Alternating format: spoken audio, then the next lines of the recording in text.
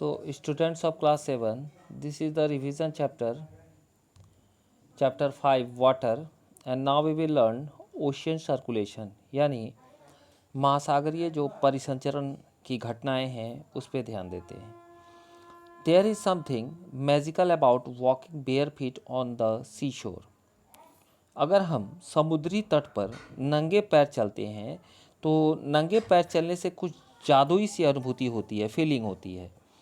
The wet sand on the beach, the cool breeze, the seabird, the smell of the salt in the air, and music of the waves, everything is so fascinating.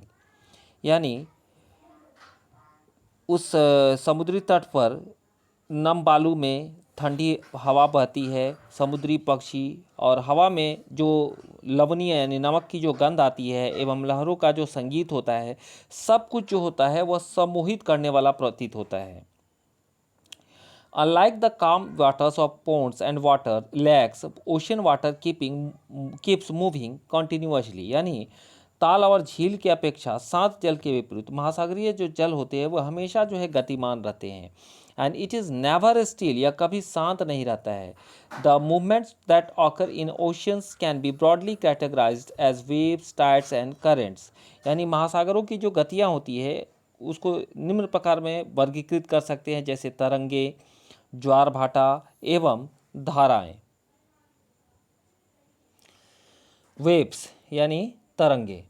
When you are playing throw ball on the beach and the ball falls into the water, what happens? समुद्र तट पर जब हम गेंद खेलते हैं और उस गेंद खेलने के दौरान जब गेंद जल में गिर जाती है तो क्या होता है? It is fun to watch how the ball gets washed back to the shore by the waves. यह दृश्य बहुत ही मनोरंजक होता है कि कैसे तरंग के साथ गेंद तट पर फिर वापस लौट आती है. When the water on the surface of the oceans rises and falls alternately, they are called waves. यानी जब महासागरीय सतह पर जल लगातार उठता और गिरता रहता है तो उन्हें हम तरंग कहते हैं.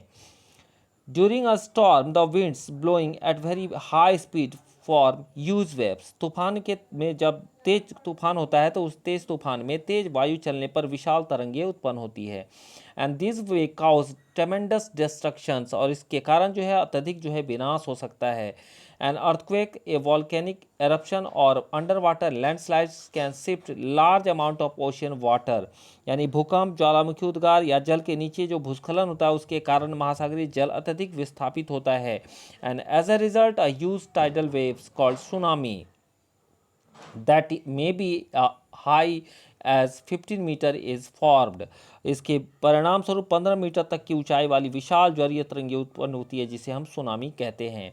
The largest tsunami ever measured was 150 metre high, और अब तक का सबसे विशाल सुनामी 150 मीटर मापा गया था. These waves travels at a speed of more than 700 kilometre per hour. यानी यह तरंग जो है 700 किलोमीटर प्रति घंटे से अधिक की गति से चलती है. The tsunami of 2004 caused widespread damage in the coastal areas of India. 2004 के सुनामी से भारत के तटीय जितने भी क्षेत्र है उसमें अत्यधिक विनाश हुआ था. And the Indira Point in the Andaman and Nicobar Island got submerged after the tsunami. और सुनामी के बाद अंडमान और निकोबार द्वीप समूह में इंदिरा पॉइंट जो था वो पूरी तरह डूब गया था.